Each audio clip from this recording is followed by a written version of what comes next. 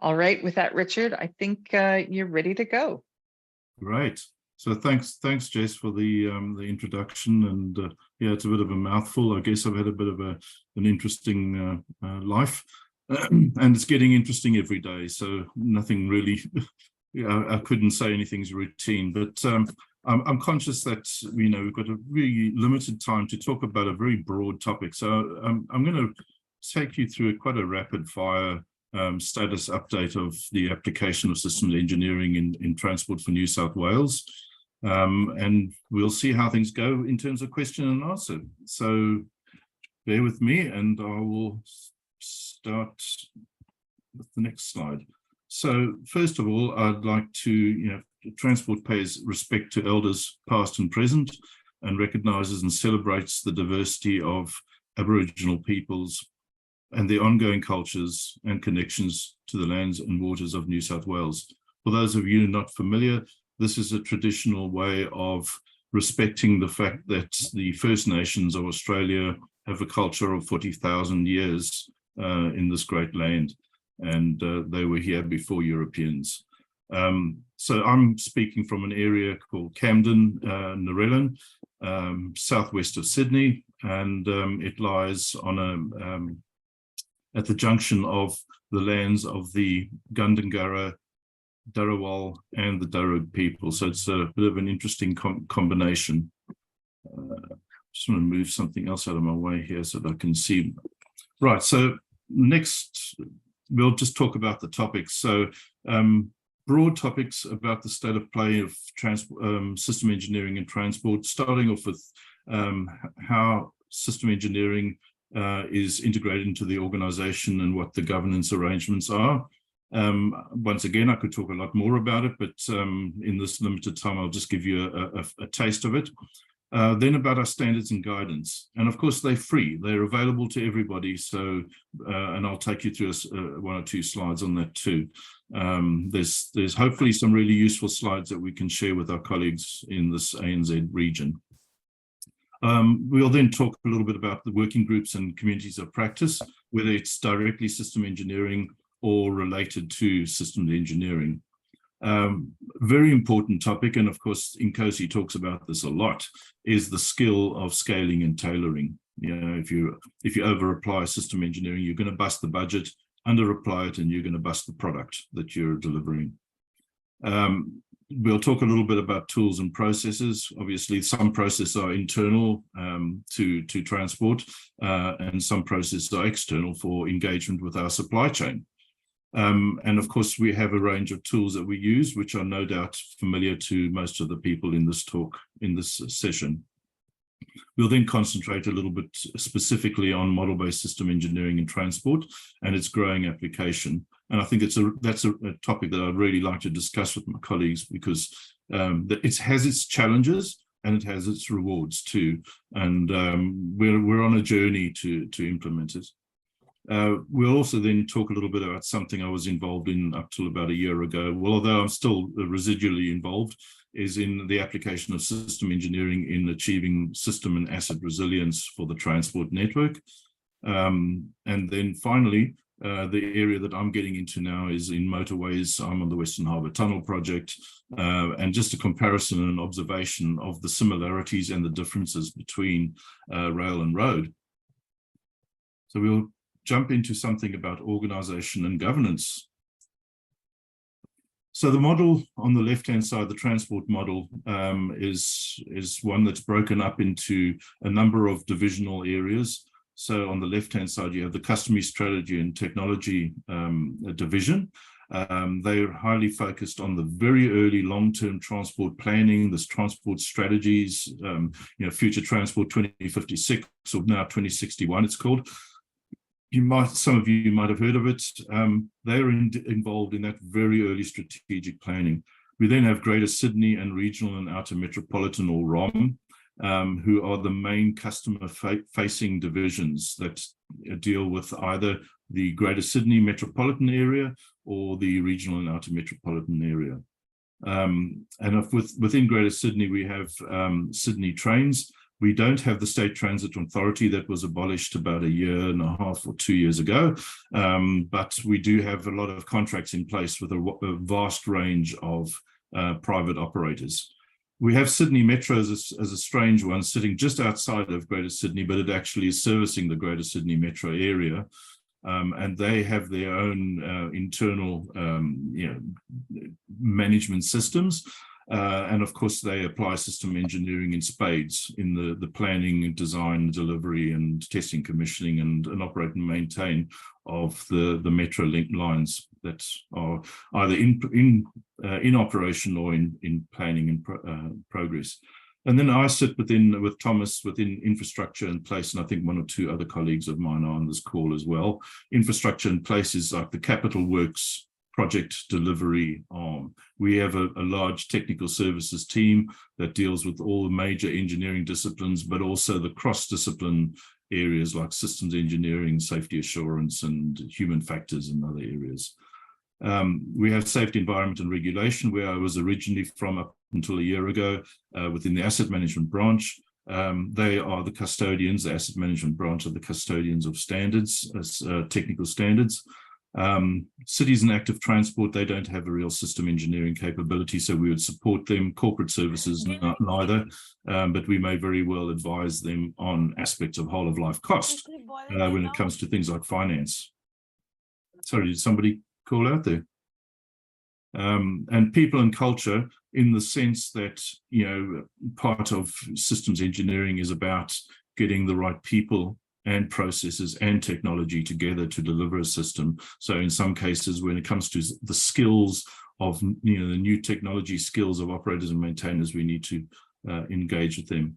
But really the main divisions that have system engineering capability are as described on the right-hand side, and the agencies, Sydney Trains and Metro as operating agencies, have significant system engineering capability. So a little bit more about organisation and governance. The System Engineering Working Group was established just over about 1.5 years ago, with the remit to develop a coordinated single systems engineering framework for transport. I started developing that when I was in my previous role and I moved on. But the intent was, because we had entities like RMS, which is the Roads and Maritime Services, merging into Transport for New South Wales, they brought a whole lot of processes, and they're just different processes. So the question is, how do we bring these processes, tools, methodologies, and organizational capabilities and skills together to deliver a consistent approach to systems engineering and systems assurance and safety assurance and configuration management? So the System Engineering Working Group was established to set up the framework. The mind map on the left is an early framework for how it will look. There's a lot of work carrying on, so myself and Thomas and others are involved in that working group, and it is led by the asset management branch within safety, environment, and regulation, who are the custodians of standards and technical engineering governance. So the intent is that we'll look at a number of areas on that mind map, which includes, system engineering leadership, organization across the structure, some of what I just showed in the previous slide, just embellished and elaborated on. Its context and relationship to other areas like finance, like asset management, like human resource management, and so on, skills development. The standards and guides that govern how we carry out system engineering in a consistent manner. The tools and processes for system engineering. How do we communicate and engage with stakeholders? The life cycle model or models that we have with the various stage gates and life cycle phases, which we've been already mapping across different models to bring them into some kind of consistent form. Learning and competence, really important. I mean, all of this hinges on having a competent workforce to be able to deliver capable systems engineering outputs. And of course, then the kinds of records and artifacts, forms and templates and that sort of thing that are needed to support the process. And then, of course, really importantly, how do we plan for system engineering, and how do we measure our performance? And how do we demonstrate that system engineering adds value to the whole of life asset cost? So we'll move on to standards and guidance. So we have a wide range of technical engineering standards and various resources, things like the Transport Network Architecture Model we just chatted about earlier on before the presentation. These standards and guides are published externally for the benefit of the wider supply chain, but also for our colleagues across the world and in this time zone.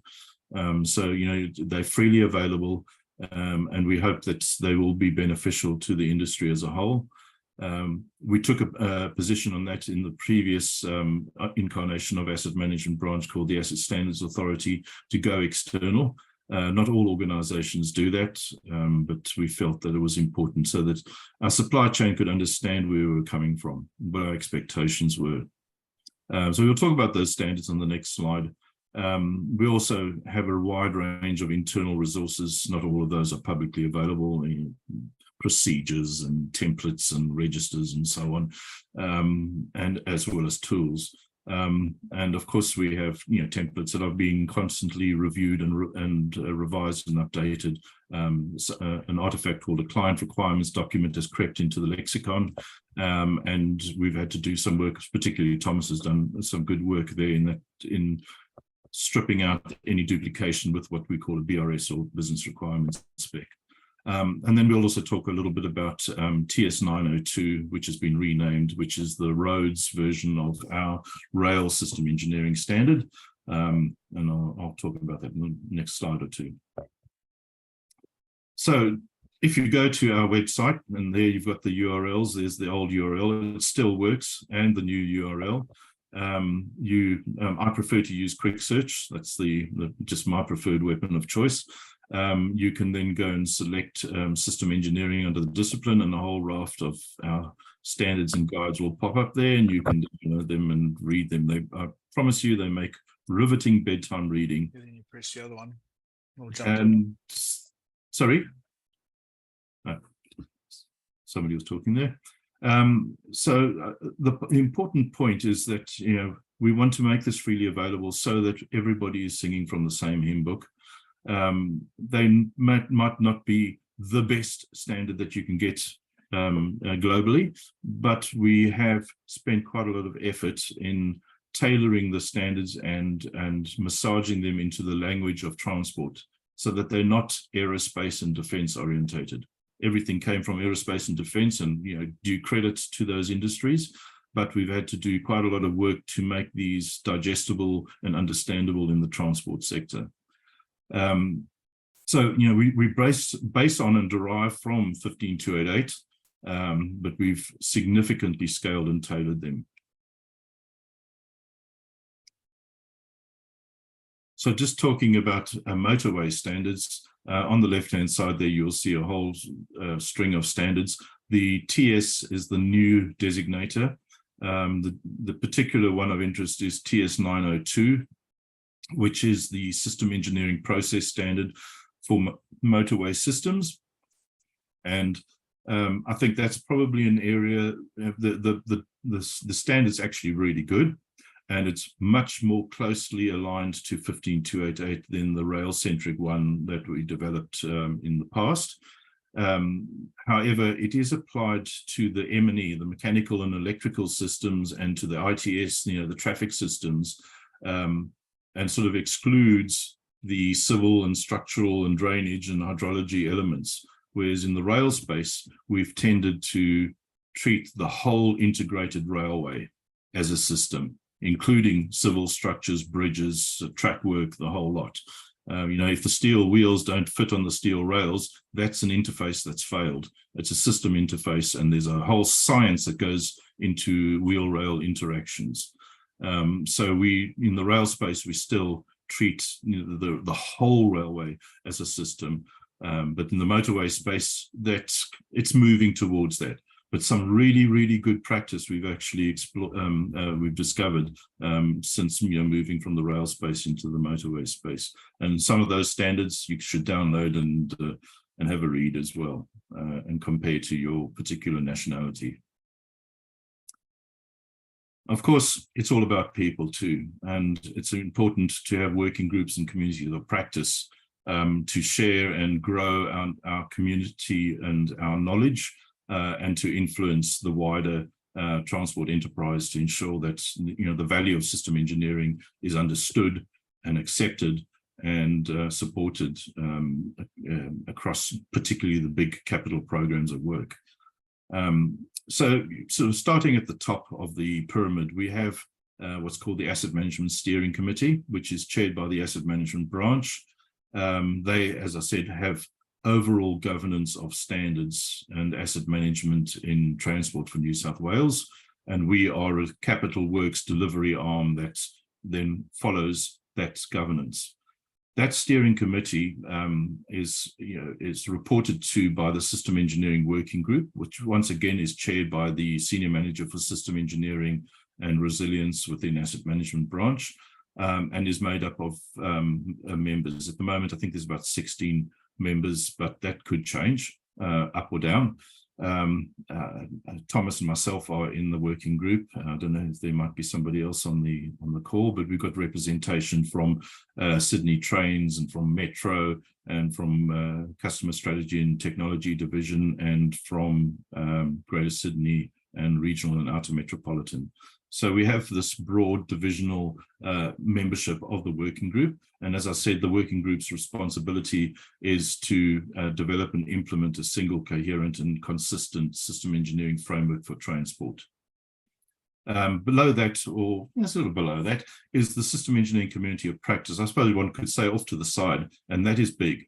At the last count, there were 171 permanent members, and at any one community of practice, we might have about 80 people attending. Obviously, you won't have 171 people attending because that's a hell of a dent in productivity, but still getting 70 or 80 people in is really good.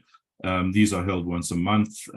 Thomas is a co-chair. I used to co-chair it, but it's a very democratic organization where we have a co-chair from technical services, Thomas. We have a co-chair from Asset Management Branch, being Gavin Kavanagh. For any one of you who might know him, he's the Senior Manager for System Engineering and Resilience in Asset Management. We have a representative from Sydney Metro, and we have a representative from Sydney Trains, and we have a rotating chair of these meetings. The community of practice is well supported, and really interesting topics are discussed there. Asset Resilience Working Group, I thought I'd bring in because I set that up and chaired it before, but it's now chaired by Gavin. And that's a really important part of our response to the bushfires and the floods and other climate change related events, as well as cyber resilience, which we need to build into our transport infrastructure to ensure that we build back better and that we think at a strategic, tactical and operational level about resilience. We have a requirements community of practice, which is now being absorbed into the CCOP, so that will disappear. It's still standing as a separate one, but requirements management is a big topic in itself to discuss at the COP. We have a human factors integration COP. We have a RAMS and technical maintenance plan working group. We have a lot of discipline specific COPs, some of which invite externals, some of which don't. Our track colleagues do invite externals occasionally. I don't know whether they do it on a regular basis, but that's something for discussion. And then there are others like cybersecurity, digital engineering integration, and others. But could talk for hours on this. I don't have the time to do it.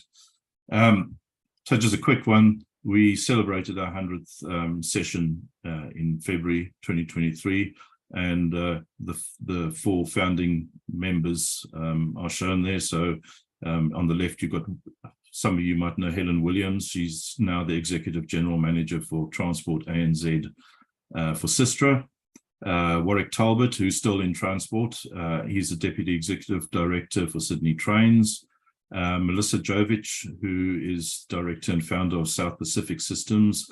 And she's also an assessor with Engineers Australia. And then, of course, yours truly.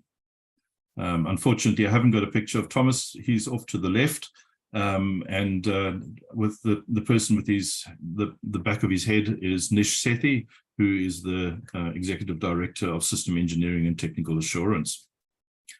So importantly, we are looking at how we could involve external parties like our track colleagues have done. So if there's an interest, let us know, and we'll see how we can make that work. There's nothing top secret that we discuss in these communities of practice, but that is something to think about. Conscious of time, so I'm going to just accelerate a little bit. Very important topic, scaling and tailoring. Most of you will probably be aware that you typically, when you're looking at any kind of system problem, you can categorize it in terms of its novelty, its complexity, or its risk. And taking those three variables, one can then tweak the amount of systems engineering and the approach you take, the deliverables that you're going to deliver with some level of science. We have something called a safety change assessment. It's a mandatory assessment that needs to be done at the start of any big capital project, particularly in the development phase. And basically it looks at the significance of that safety change to the transport network and to the systems in the transport network and the processes and the services and the people competencies and so on. We also have a judgment of significance, which is more looking at as opposed to the safety side of things, it's looking at other aspects, including novelty, complexity, and other kinds of risks to determine the amount of effort that's required, the assurance that's required. And then we've developed an internal SE scaling and tailoring tool, which can now be deployed on projects and give us a sense of confidence that we are delivering the right level of system engineering per project. So just quickly going through those variables of novelty, complexity, and risk. Typically, the novelty issues that we would look at would be, a novel technology. And when we say novel, that doesn't mean to say it's novel globally. It might be just novel to us in Transport for New South Wales. So, we've got a big program of works called ETC, called the Digital Systems Program, and that's introducing European Train Control Systems Level 2, which is a new system that's going to replace all the line-side colour light signals on our rail network. We have intelligent transport systems that are constantly being developed and updated by our ITS team. We are looking at CAVs, connected and automated vehicles, and what do we need to do to our road systems to make them ready to accept higher levels of vehicle automation. We're looking at, vehicle to infrastructure, vehicle to anything integration. We're looking at drones and various other technologies.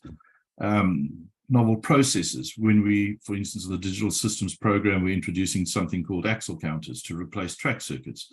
Now, axle counters behave in a certain way and they need a certain new reset processes, not familiar to existing operators and maintainers. So those processes will be novel. Operational competencies as well.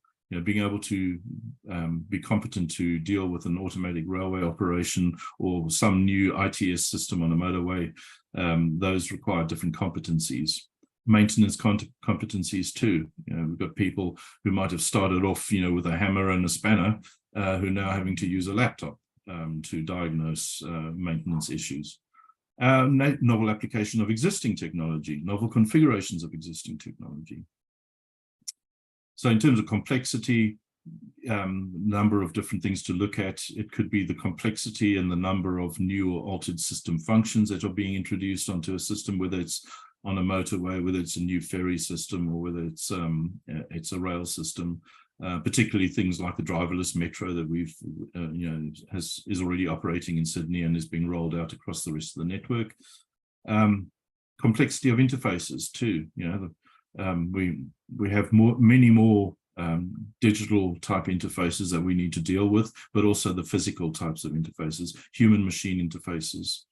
The complexity of migration stages. You never just go straight from start to finish. There are a whole range of interim stages that most railways and motorways need to go through. And it's during that time that the complexity really comes out, and you've got to manage things in those interim stages.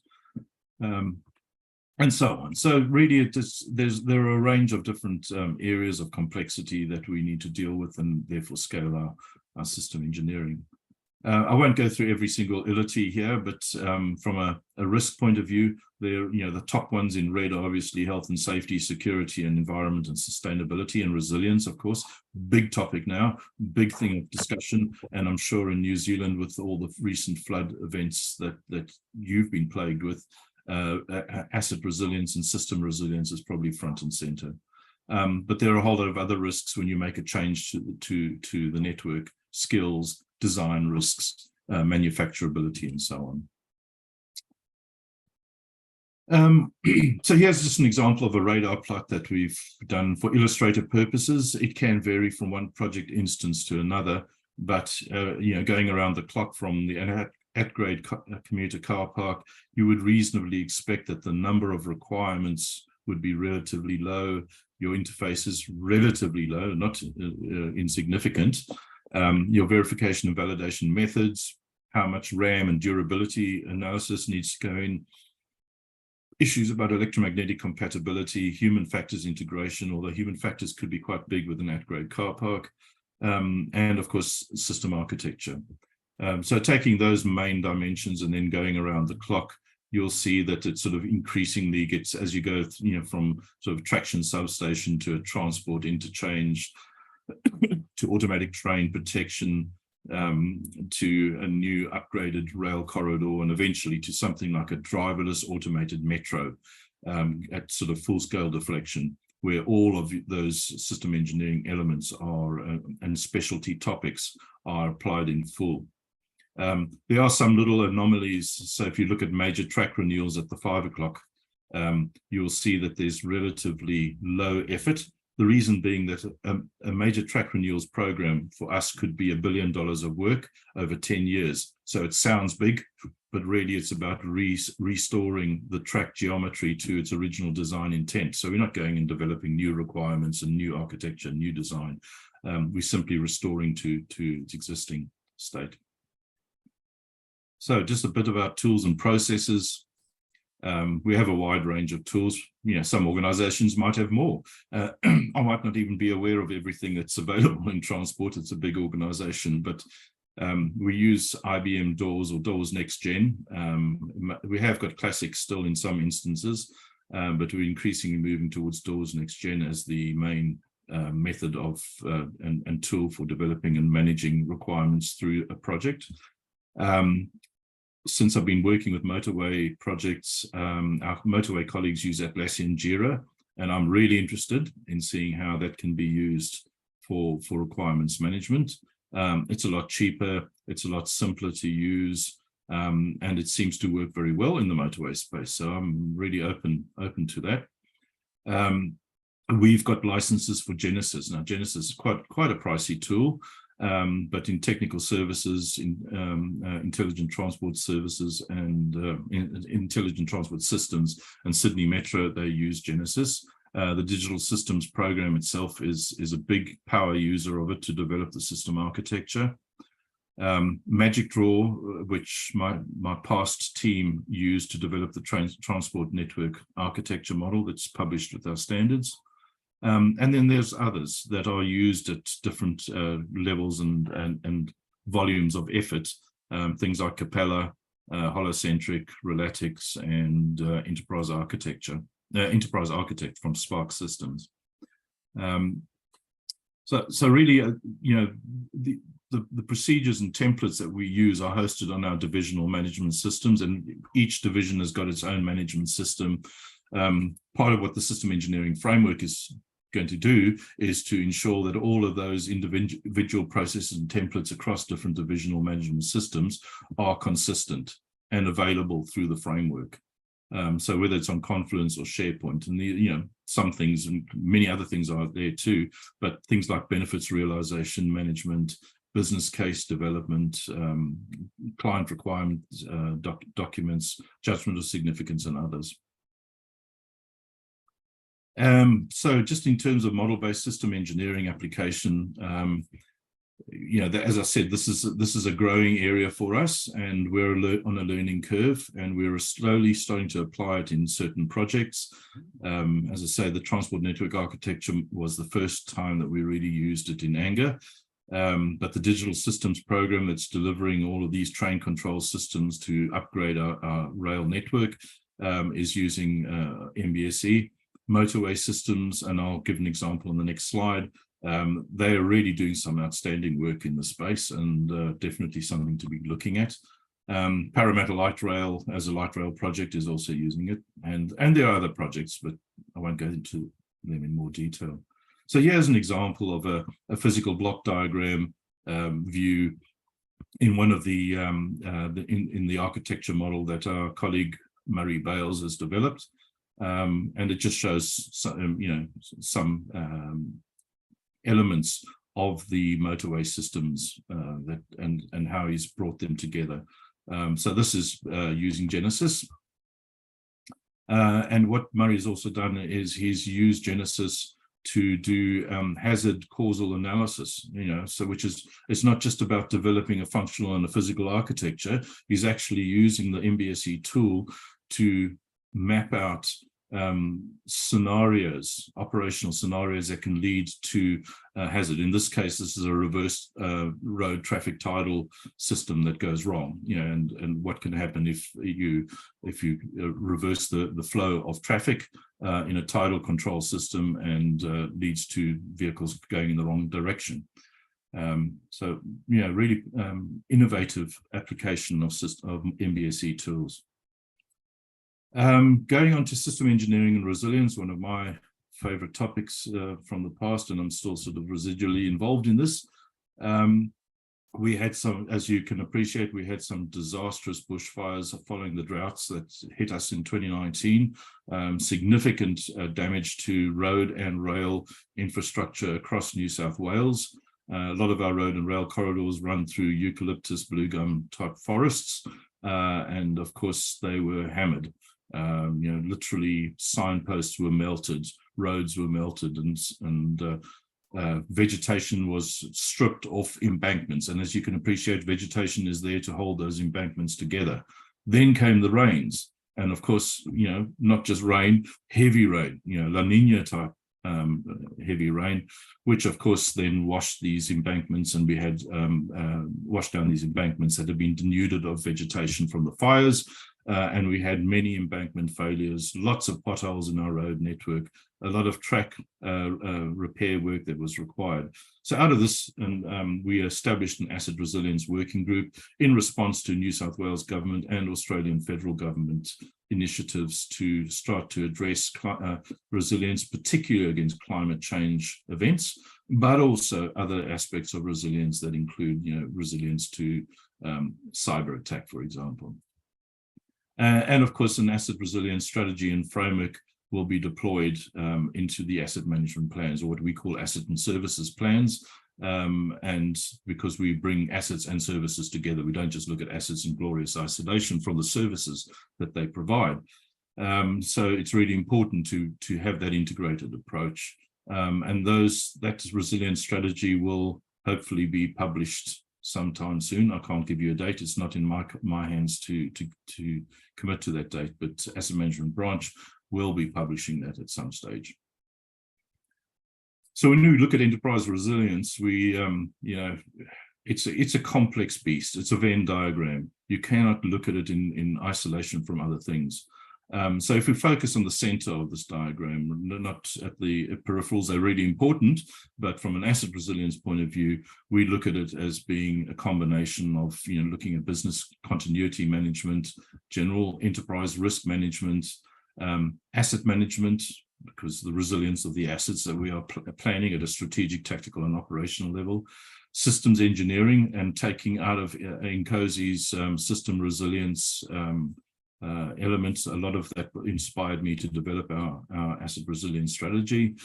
Security management, so in terms of cyber security resilience and physical security resilience, and of course sustainability, really important. We work with our environmental and sustainability colleagues when we're talking resilience, because we've got to balance things like vegetation clearance along our road and rail corridors. Too much, and we're starting to have an adverse impact on the environment and on environmental sustainability. So we have to strike that delicate balance.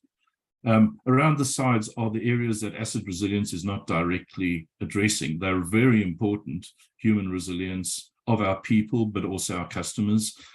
Economic resilience, being able to bounce back better after an economic disturbance, and we've had situations where those have occurred recently, where the cost of interest rates and that have been climbing.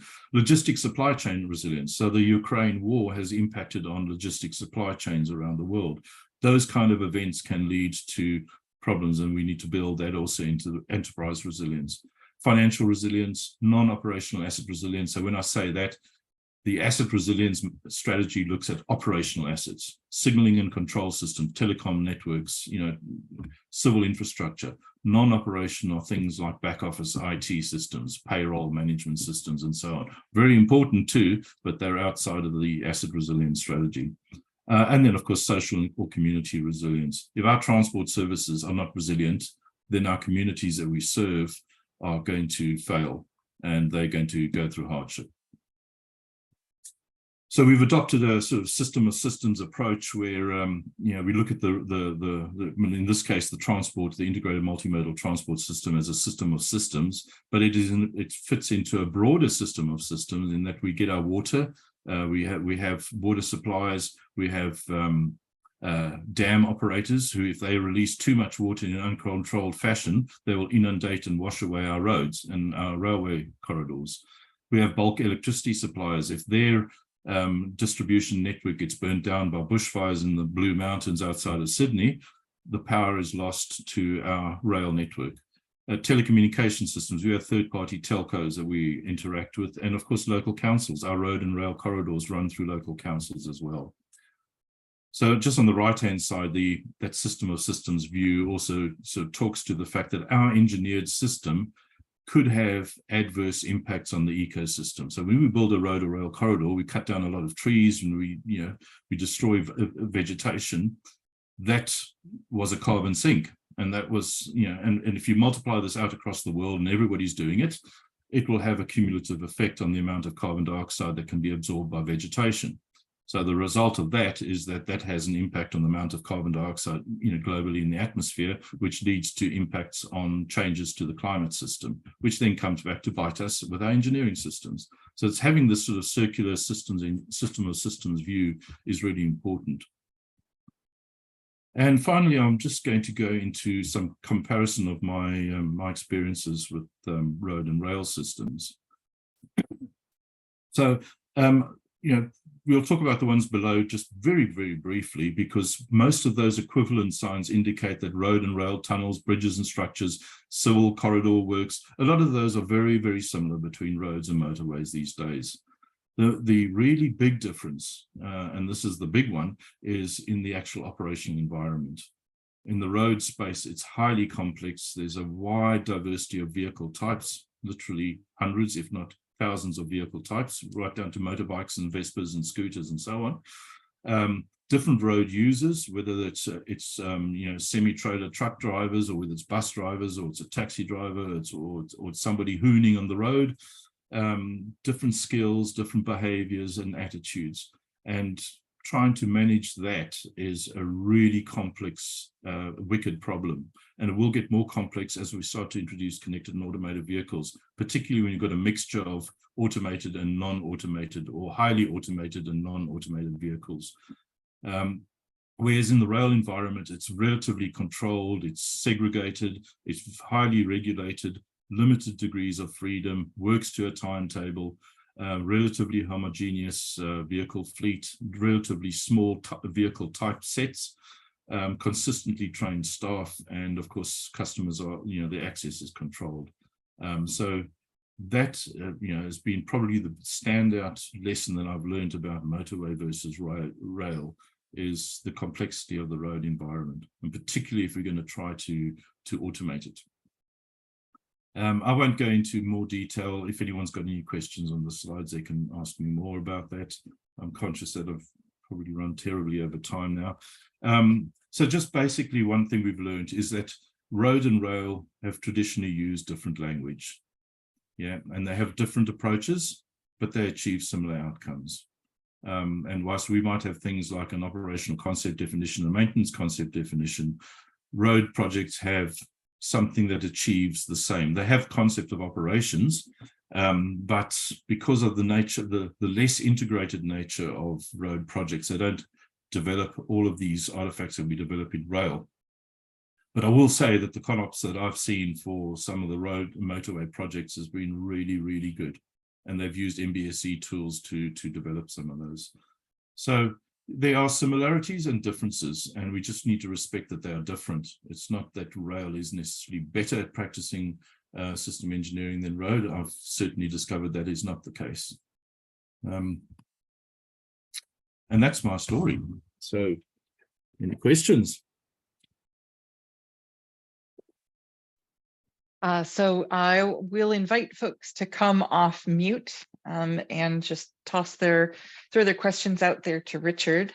I've got a question though to start. This is a very broad enterprise with a lot of different sort of actors and players in the systems space.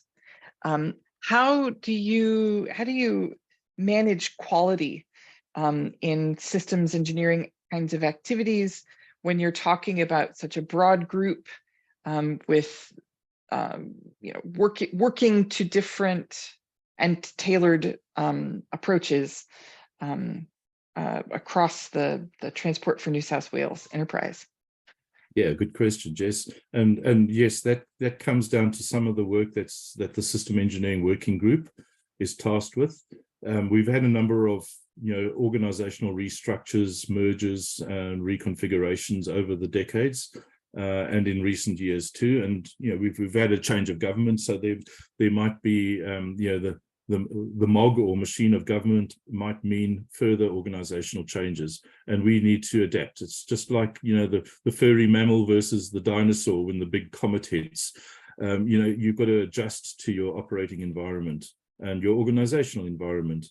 And the working group is there to develop a consistent framework. So taking the best from our colleagues that were in roads and maritime services and our rail colleagues, and even within the rail colleagues, you have the sort of traditional suburban double-decker train service by Sydney Trains versus Sydney Metro being a single-decker, highly automated system, and bringing all those practices from the different agencies and divisions together into one integrated, consistent, and coherent framework. So we're on a journey. We're not there yet. I can definitely tell you there are differences, but as I said, they're not necessarily all bad differences.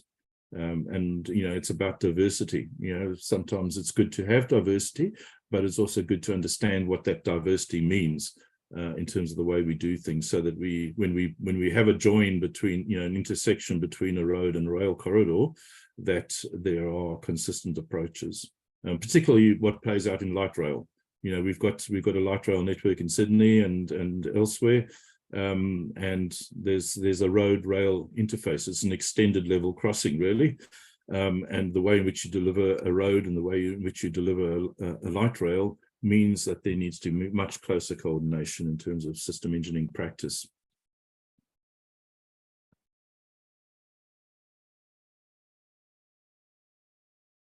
You're on mute, Jess.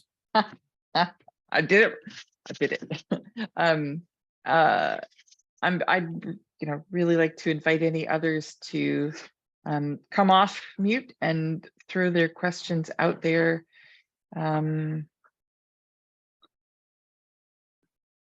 John.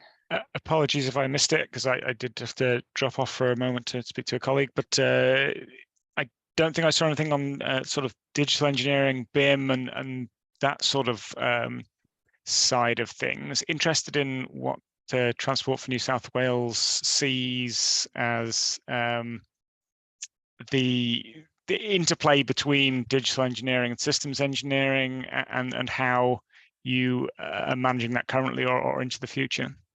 I'm glad you asked that question, John. And yes, there was a very, very short, brief mention of a DE integration working group amongst the working groups.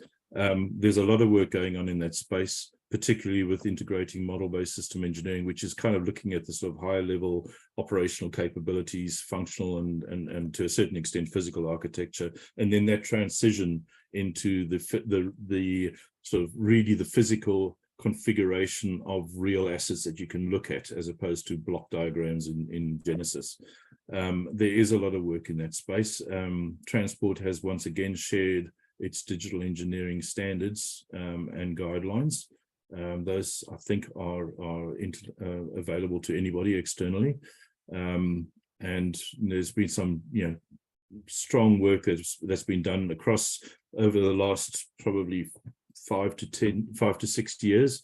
There was a chap by the name of Simon Vo who's gone out into industry. He started off some really good work, and I know Thomas and others in Thomas's team have been working with our digital engineering colleagues to do that integration between the system engineering and DE space. There's a lot of synergies there, and we need to make sure, for instance, when we eventually migrate to a true digital twin of the New South Wales infrastructure as a whole, and then transport as a subset of New South Wales, the intent will be that when you click on something in the digital twin of whether it's a station or whether it's a bus stop or whether it's a traction substation or whatever, you will be able to see the system engineering artifacts, the system requirements and the functional requirements as metadata within that object, so that you will understand why that object looks the way it does. It's been driven by,